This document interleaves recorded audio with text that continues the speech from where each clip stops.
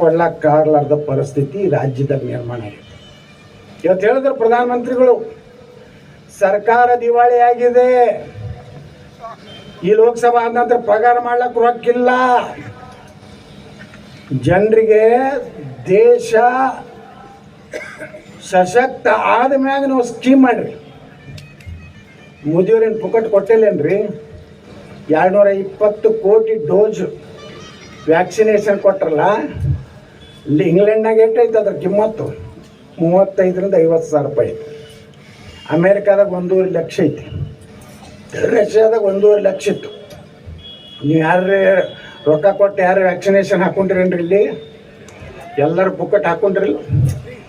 10 kilo ಅವಾಗ ಕೊಟ್ಟಾರಿಲ್ಲ ಅವರು. ಈಗ 5 ಕಿಲೋ, ಆ ಕಷ್ಟಕಾಲದಾಗ 10 ಕಿಲೋ ಕೊಟ್ಟರು. ಅಂದರೆ ಪುಕ್ಕಟ್ ಅಕ್ಕಿ ಕೊಡೋದಿತ್ತನ್ರಿ. ರೇಷನ್ದಾಗ ನಾವು ಹೋಗಿ ಸಣ್ಣವಿದ್ದಾಗ ತೊಗೊಂಡು ಬಂದೀನಿ. ವಾಂಟೆಡ್ ರೊಕ್ಕ ತುಂಬ ಲೇವಿ ಸಕ್ಕರೆ ಅಂತ ಬರ್ತಿತ್ತು.